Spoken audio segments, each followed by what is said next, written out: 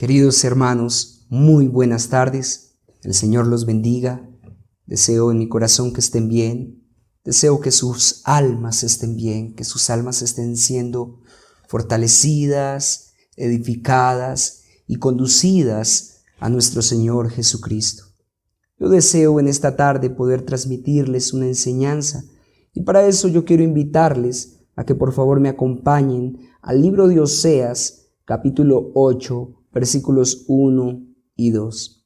Oseas, capítulo 8, versículos 1 y 2. Dice así la bendita palabra del Señor.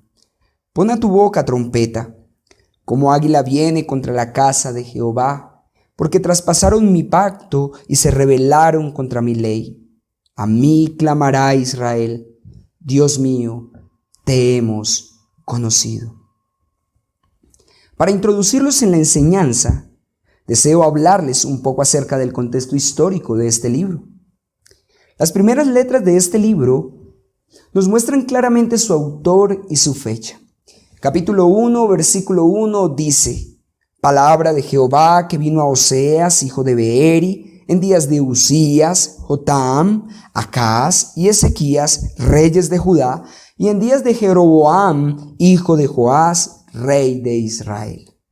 Con este versículo y su descripción, podemos concluir que el autor de este libro es Oseas, hijo de Beeri, y con los reyes que menciona podemos establecer que su desarrollo fue en el siglo VIII antes de Cristo.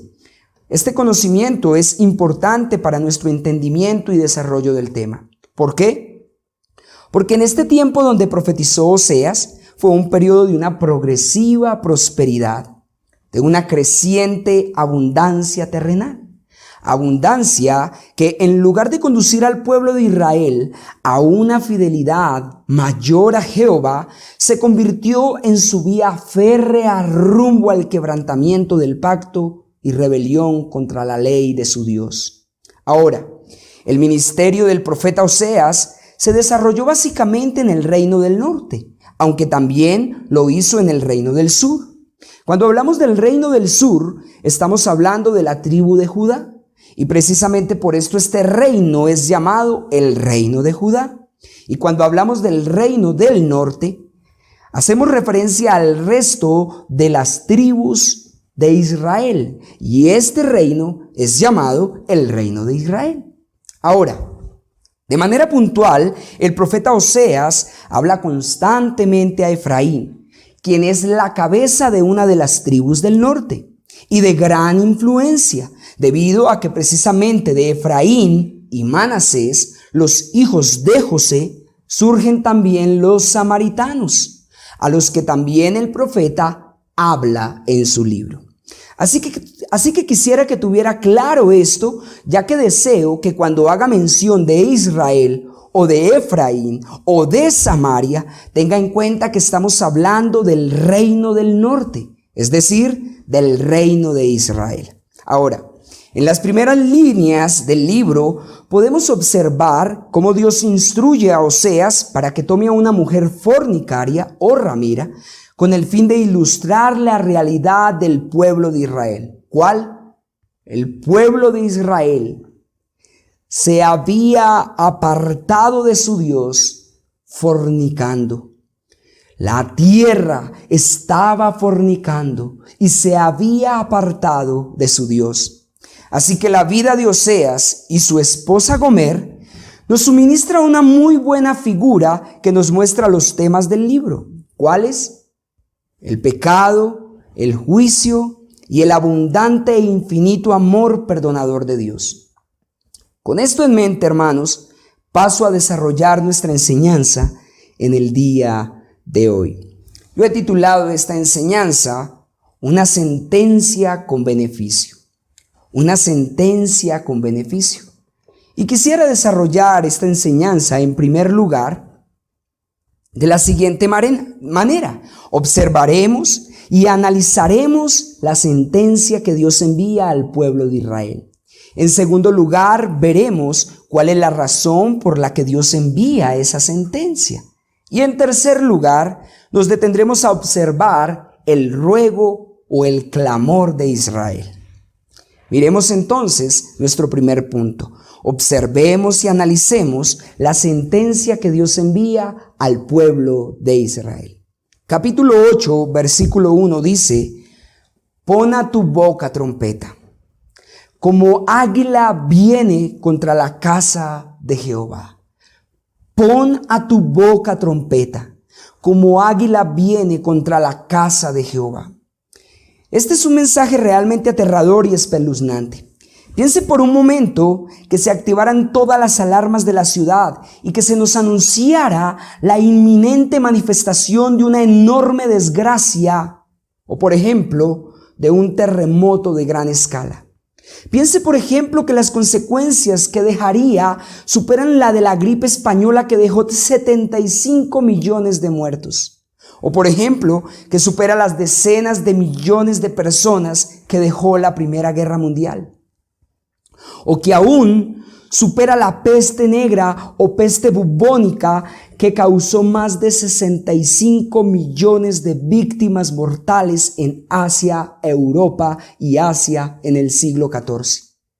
Hermanos, consideren que nos alertaran sobre la inmediata manifestación de un terremoto que sobrepasa el gran terremoto del 22 de mayo de 1960 en Chile, con una magnitud de 9.5 en la escala sismológica y que dejó 10,000 muertos aproximadamente y miles de consecuencias. O piensen que se nos informa que se aproxima a gran velocidad y con toda furia un tsunami mayor que el que ocurrió en Indonesia el 26 de diciembre de 2004 y que causó más de 229,866 muertos e innumerables desastres. O medite en que ni siquiera las consecuencias se comparan con la desaparición de Armero en el departamento del Tolima, con más de 23,000 muertos. Oh, hermanos, amigos, yo quisiera que usted se detuviera por un momento, por favor, y considerara que le acaban de anunciar que ahora mismo viene algo contra ustedes, que viene con mucha velocidad. Pero considere que no es algo bueno, que es algo catastrófico y nefasto. Este es más o menos el panorama de nuestro pasaje. El Dios de Israel, el Dios de Abraham, Isaac y Jacob, el Dios eterno, Señor y Rey de la creación, le dice al profeta Oseas que proclame con todas sus fuerzas, que anuncie a viva voz, como con voz de trompeta, lo que vendría sobre ellos, lo que vendría sobre el pueblo de Israel. ¿Y qué vendría? ¿Qué es lo que venía de manera inmediata como un águila contra la casa de Jehová? Hermanos, lo que venía era juicio. Lo que venía era juicio, un juicio contundente. Una sentencia inminente y terrible contra este pueblo. En el contexto inmediatamente anterior, capítulo 7, y en el mismo capítulo 8, podemos observar esta realidad. Pero quisiera no limitarme, hermanos, solo a estos, sino que quisiera hacer mención de algunas otras cosas de la sentencia que corre por las venas de todo el libro contra la casa de Jehová. En el capítulo 7, versículo 2, dice que el Dios de Israel sentencia a Efraín y a Samaria. Les dice: ahora sus obras los rodearán. Dios envía un juicio terrible sobre este pueblo, pues ahora sus mismas obras malvadas, cargadas de iniquidad, se volverían contra ellos. Pero no es solo esto. La fuerza de Efraín sería y ya estaba siendo devorada por extraños. La soberbia de Israel testificaría contra él en su cara. Destrucción vendría sobre ellos. Sus príncipes ya habían caído y caerían a espada por la soberbia de su lengua. Y esto sería su escarnio en la tierra de Egipto, en la tierra de los asirios y en toda la tierra. ¡Qué tremendo, hermanos! No olviden que el pueblo estaba pasando por un tiempo de gran abundancia y de gran paz política. Pero en lugar de que sus corazones se volvieran al Señor su Dios, en lugar de que se volvieran con mayor fidelidad, sus corazones se desviaron y vino esta calamidad, vino esta sentencia. Israel sería entre las naciones como vasija que no se estima, como cosa que no vale nada, como cosa despreciable e insignificante. El Señor mismo metería fuego en sus ciudades, el cual consumiría sus palacios. Se encendió el enojo de Jehová contra Samaria hasta que no pudieron alcanzar purificación. Permanecieron corruptos, aún sus tierras no segarían, no tendrían granos y su espina no haría harina, y si llegara a serlo, extraños la comerían. Efraín sería afligido un poco de tiempo por la carga del rey y de los príncipes. Los gobernantes se levantarían sobre ellos, los dominarían, pondrían yugos pesados, los fatigarían. El Señor castigaría su pecado y ellos volverían a ser esclavos, en este caso por los asirios. Esta era la sentencia que venía sobre este pueblo. Esto era lo que venía como un águila contra el pueblo de Israel. Muchos días estarían los hijos de Israel sin el favor del rey, ni del príncipe, sin comunión con Dios y sin expiación por sus pecados, sin nada que les recordara las obras del Señor. Muchos días pasarían bajo el terror al saber que Dios estaba lejos de ellos. Muchos días de dolor, angustia, calamidad, lloro y quebrantamiento, no solo físico, sino espiritual, vendría sobre ellos. Toda la tierra se enlutaría y se debilitaría todo morador de ella, junto con las bestias del campo y las aves del cielo, y aún los peces del mar morirían. Israel caería por tanto en el día, y caería también con él el profeta de noche. Aún sus madres serían destruidas. El pueblo sería destruido, echados del sacerdocio y sus hijos olvidados. Oseas capítulo 4 versículo 8 dice: su comida sería su mismo pecado y sus almas se ensancharían en su maldad. Serían castigados por su conducta y Jehová, el Dios justo y todopoderoso, les pagaría conforme a sus obras. No sé, querido hermano, si realmente estoy logrando hacerle ver el atroz panorama, pero la verdad es espantoso.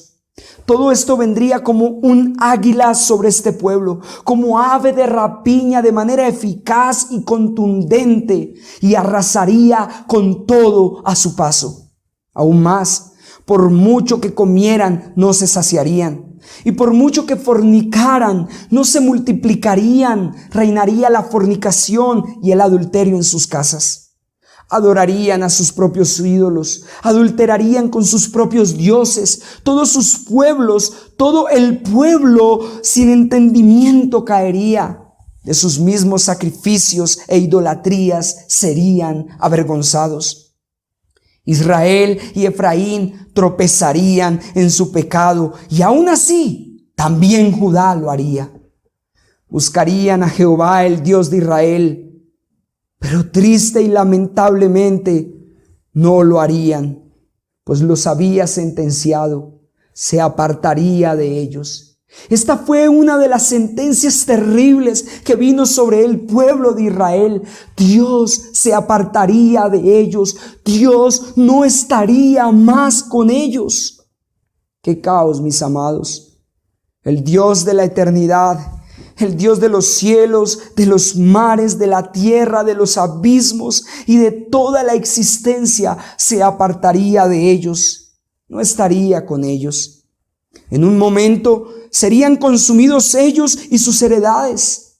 Efraín sería asolado en el día del castigo, y sobre los príncipes de Judá se derramaría la sentencia del Señor como agua. La ira del Señor se derramaría sobre este pueblo como agua. Efraín sería oprimido, quebrantado en juicio. Como polilla sería el Señor a Efraín y como carcoma la casa de Judá. Efraín vería su enfermedad y Judá su llaga, y Asiria no los podría sanar ni curar su llaga.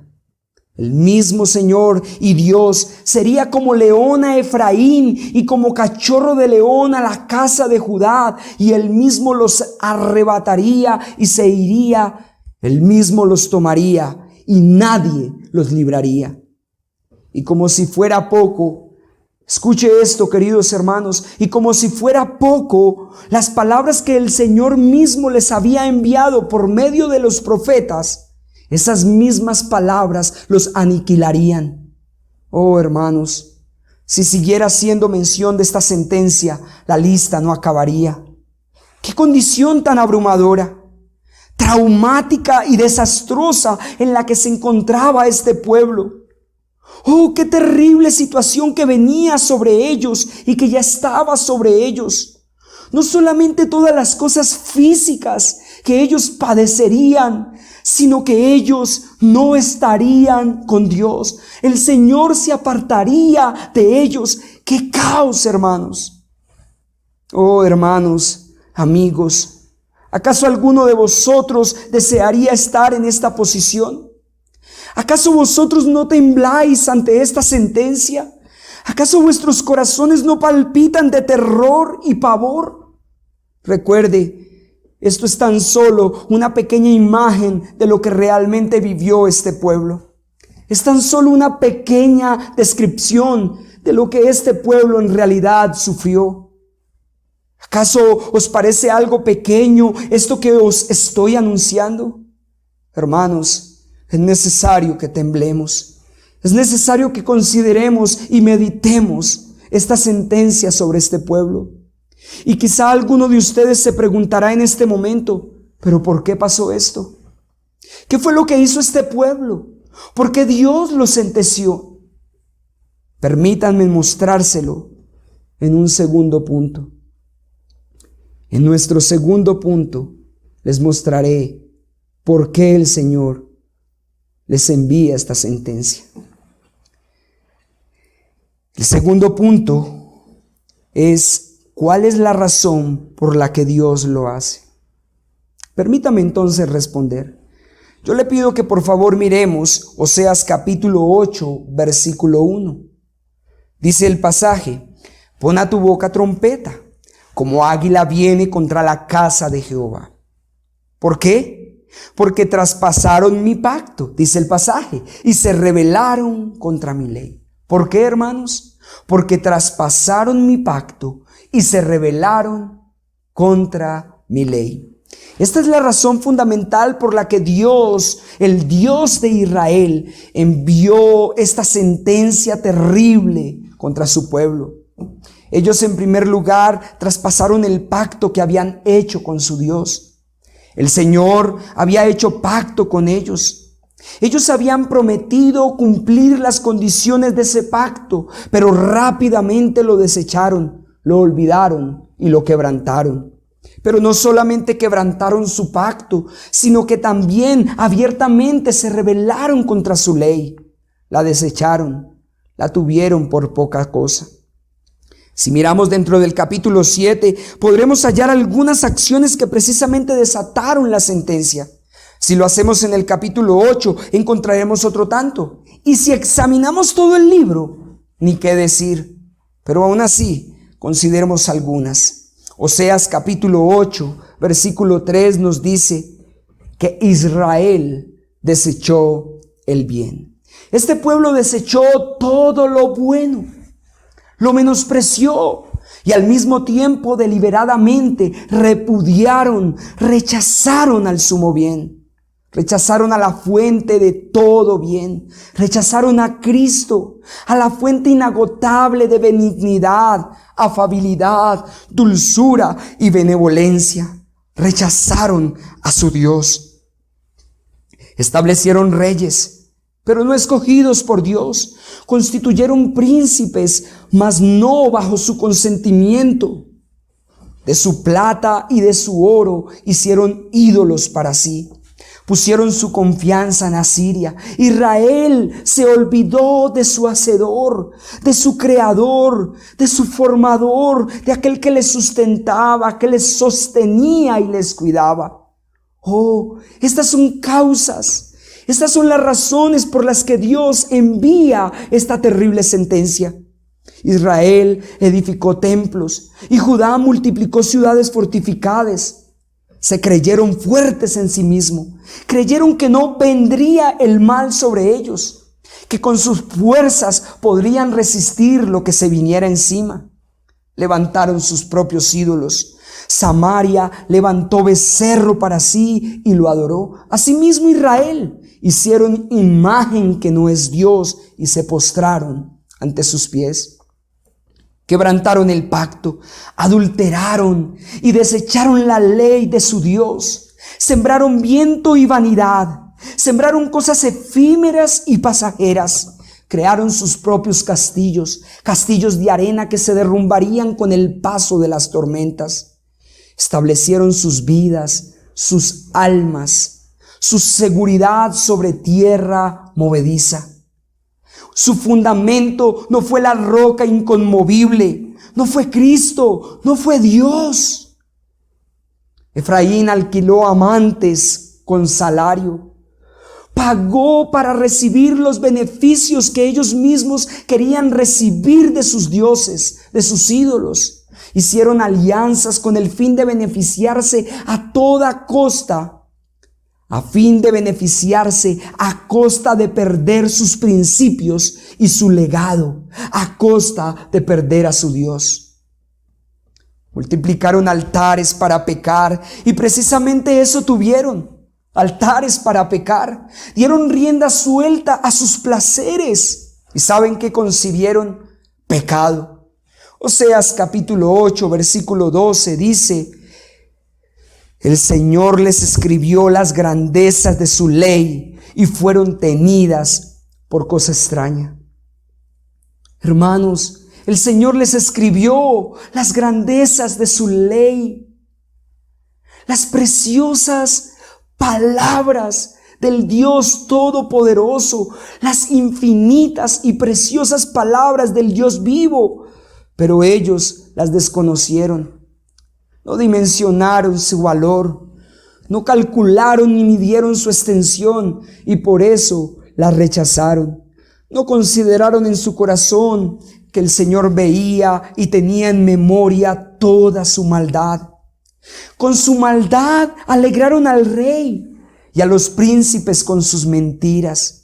Todos ellos eran adúlteros, eran como horno encendido por el hornero y cesaban el fuego hasta cuando se saciaban en sus lujurias. Todos ellos eran adúlteros, inflamados en sus idolatrías y no paraban hasta no estar hinchados de adorar a sus ídolos. Se desviaron. Fueron infieles, fueron como prostituta, le rindieron fidelidad a cada uno de sus ídolos hasta que les daba lo que deseaban o hasta que los desechaban por no darles lo que querían. Fue un pueblo incauto, desechó la verdad, desechó el conocimiento de Dios, quebrantaron el pacto con su Dios y se rebelaron contra su ley. Hermanos, la lista sigue.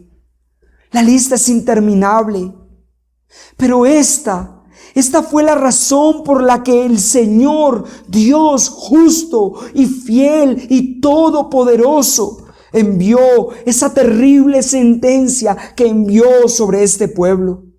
Oh hermanos, todo esto es lo que quiso este pueblo.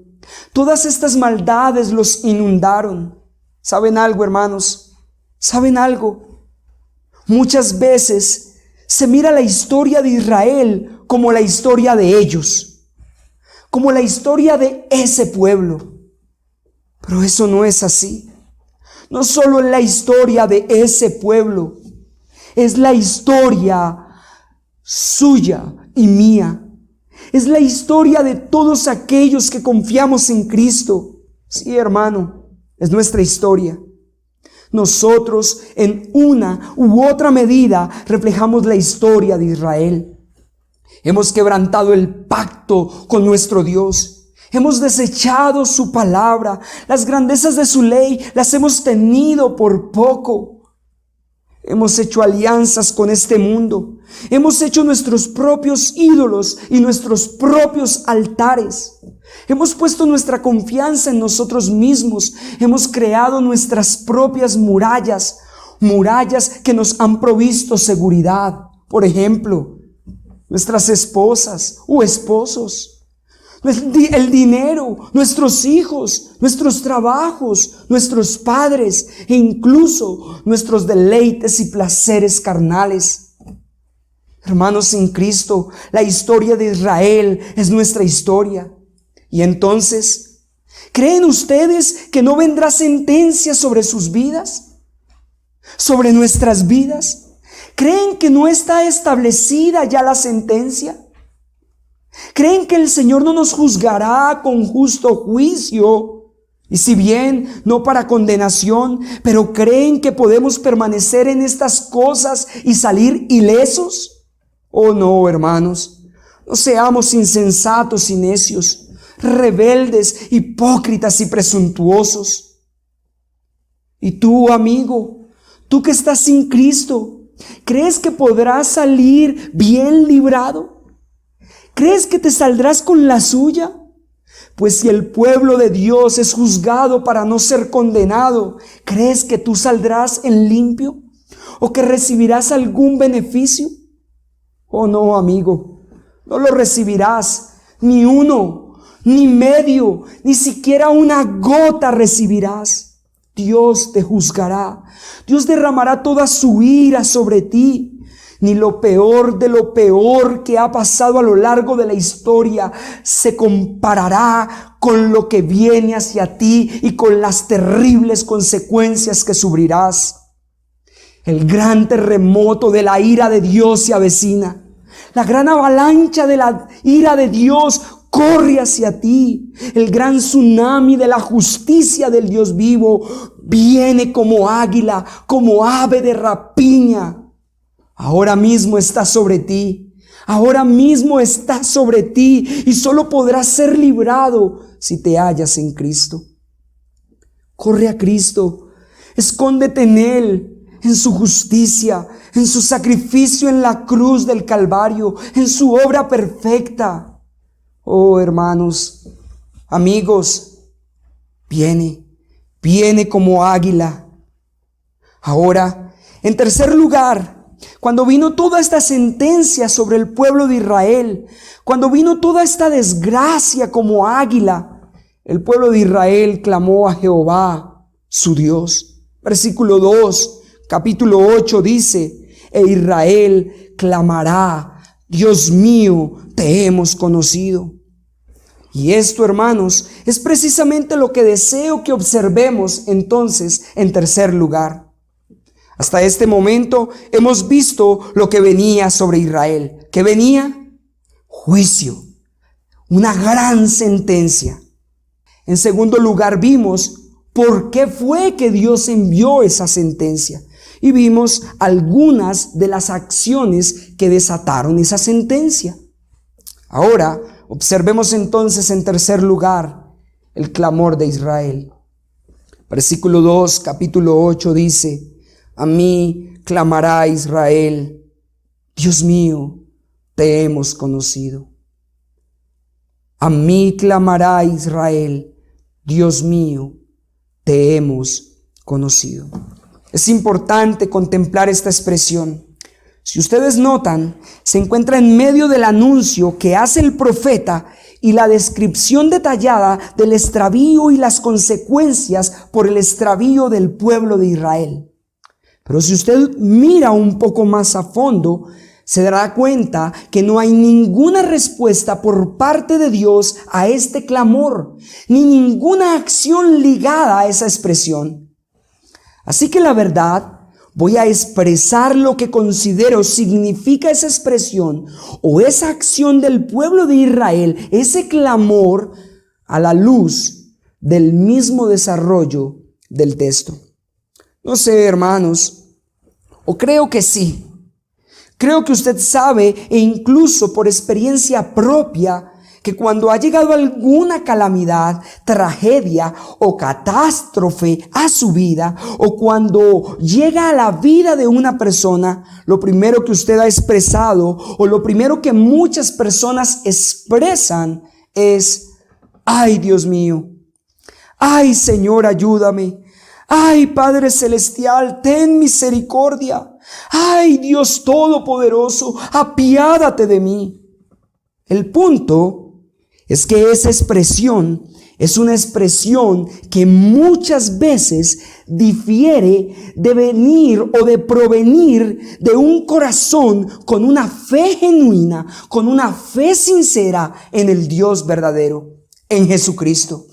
Por el contrario, esta expresión es el tipo de expresión a la que muchos recurren, a la que muchos que tienen la idea del Dios bombero toman en momentos de crisis. Bueno, creo que esta es precisamente la expresión del pueblo de Israel en esta parte de su desgraciada historia. Creo que ellos solo querían la ayuda de su Dios.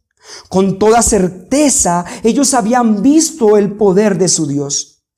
Con toda certeza, hermanos, ellos habían visto sus portentosas obras moviéndose a su favor. Sin embargo, no por esto conocían al Señor su Dios. Asimismo pasa con muchos, y me atrevo a decir con miles y miles de personas que dicen conocer a Dios porque han visto su poder, porque han visto sus obras, porque han sido liberados de la muerte y cosas por el estilo. Oh, mis amados, sí que es esto un gran error, pues como expresó un hombre de Dios, ¿de qué serviría decir, mi Dios, te conozco, si no podemos decir, mi Dios, te amo, te sirvo, solo en ti confío? ¡Qué gran realidad es esta!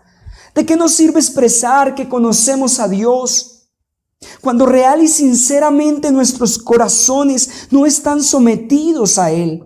Cuando Él no es el Rey de nuestras vidas, cuando todos nuestros deseos y afectos no están en Él, ¿de qué nos servirá? ¿De qué nos servirá? Pero entonces, ¿qué debemos hacer? ¿O qué podemos hacer? Oh, hermanos, en medio de todo este panorama oscuro y siniestro, el Dios de Israel, el Dios todopoderoso, el Dios amoroso y perdonador, le dice a este pueblo qué es lo que debe de hacer y cómo lo debe de hacer. Escúchelo, por favor. Oseas capítulo 14, versículo 1, dice: vuelve, oh Israel, a Jehová tu Dios, porque por tu pecado has caído. Llevad con vosotros palabras de súplica y volved a Jehová y decidle: quitad toda iniquidad y acepta el bien, y te ofreceremos la ofrenda de nuestros labios. No nos librará el asirio, no montaremos en caballos, ni nunca más diremos a la obra de nuestras manos, dioses nuestros, porque en ti el huérfano alcanzará misericordia. Estas son las mismas palabras que Dios le expresa a este pueblo al final de este libro. En medio de toda esta terrible sentencia, estas palabras corrieron en medio de este pueblo. Este es el solemne llamado que el Señor hace. En su gran amor muestra el camino. Humillarnos, clamar a Jehová nuestro Dios con corazón sincero. Esto era lo que tenía que hacer realmente el pueblo. Esto es lo que tenemos que hacer nosotros. Confesar humilde y sinceramente nuestros pecados, volviéndonos de todo corazón de nuestros malos caminos, llevando delante de nosotros súplicas genuinas, ruegos y clamores con arrepentimiento, dejando atrás nuestros ídolos, dejando atrás todo aquello que nos genera seguridad, dejando atrás nuestros fundamentos y confiando en el único que puede otorgarnos misericordia. Hermanos, amigos, solo Cristo, solo Dios es el único que verdaderamente puede otorgarnos misericordia. Y solo el que verdaderamente aflija su alma y se humille alcanzará misericordia. Este es el camino. No hay otra senda a seguir. Solo en Él está nuestra esperanza. Miren, hemos pecado. Horriblemente hemos pecado contra nuestro Dios. Triste y lastimosamente hemos ofendido y hemos manchado el nombre de nuestro Dios. Sí, lo hemos hecho. Pero saben, Él quiere otorgarnos misericordia. Él quiere otorgar misericordia a todo aquel que se humille. Si su pueblo se humillare, Él le perdonará. Si su pueblo se humillare, Él le perdonará. Hermanos, amigos, volveos al Señor, convertíos de vuestros malos caminos, humillaos bajo la poderosa mano del Señor. ¿Y saben algo? ¿Saben algo? Él tendrá misericordia. Él lo hará. Él lo hace. De hecho, lo ha hecho y lo seguirá haciendo. ¿Saben algo? La sentencia está. Hemos hecho lo malo. Los juicios han venido y vendrán. Vendrán las consecuencias. Seremos juzgados como pueblo del Señor. Y tú también, si estás por fuera del Señor, sufrirás las consecuencias. Los juicios vendrán. Pero saben, hermanos y amigos, Él es misericordioso. Y a pesar de nosotros, si acatamos sus términos, nos perdonará. Si acatamos los términos de su pacto, Él nos perdonará, nos sanará, nos amará de pura gracia. Su ira se apartará de nosotros. Escúchenlo, hermano. Escúchenlo, amigos. Escúchenlo en las mismas palabras de nuestro Dios. Dios mismo las pronuncia. Escuchen lo que Él dice. Yo sanaré su rebelión. Los amaré de pura gracia. Escucha estas palabras, hermano. Los amaré de pura gracia, de pura misericordia. Porque mi ira se apartó de ellos. Yo seré a Israel como rocío. Él florecerá como lirio y extenderá sus raíces como el Líbano. Se extenderán sus ramas y será su gloria como la del olivo y perfumará como el Líbano. Volverán y se sentarán bajo su sombra. Serán vivificados como trigo y florecerán como la vid. Su olor será como el vino del Líbano. Efraín dirá: ¿qué más tendré ya con los ídolos? Yo lo oiré y miraré, dice el Señor. Yo seré a él como la haya verde. De mí será hallado tu fruto. Oh, hermanos, oh, amigos, yo no sé si ustedes están escuchando estas palabras. Yo no sé si ustedes están entendiendo estas palabras que estoy intentando transmitir. Hay una terrible sentencia. Hay una terrible, una desastrosa sentencia, una nefasta y catastrófica sentencia. Pero también hay un abundante beneficio, hay abundantes beneficios. Por eso, volveos al Señor. Por eso, clamad al Dios vivo. Claro que es necesario que clamemos. El pueblo de Israel debía de clamar. Claro que sí, con todo su corazón debía de clamar. No hipócritamente, no falsamente. Ellos debían de clamar con todo su corazón. Hermanos, amigos, regocijaos en la salvación del Señor. Regocijaos en el perdón del Señor. Recuerden las palabras del apóstol Pablo en el Nuevo Testamento, donde abundó el pecado, sobreabundó la gracia. Donde abundó el pecado, sobreabundó la gracia. ¿Saben algo, hermanos? Nuestro pecado es muy grande. Amigos, nuestro pecado es muy grande. Pero su gracia, la gracia de nuestro Dios, su bendita gracia, su amor perdonador es infinito, es inmensurable. Queridos hermanos en Cristo, no quebrantéis el pacto con vuestro Dios.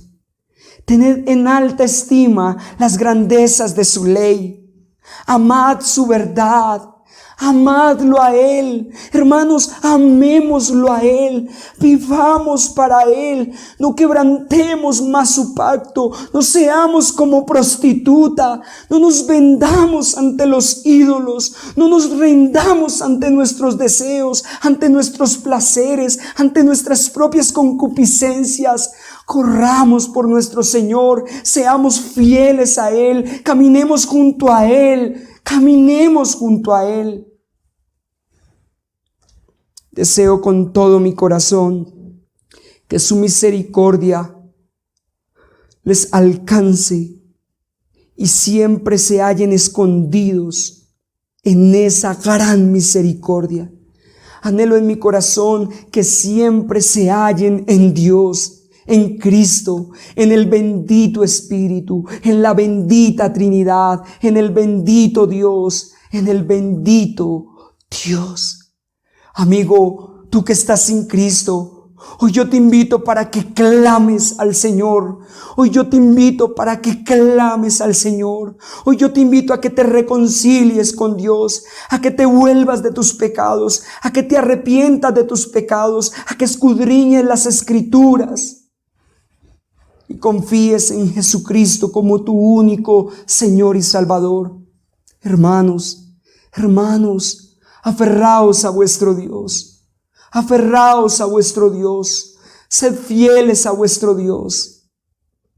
Que el Señor les bendiga. Que el Señor les guarde. Que el Señor les siga sosteniendo. Les amo en el Señor. Dios les bendiga.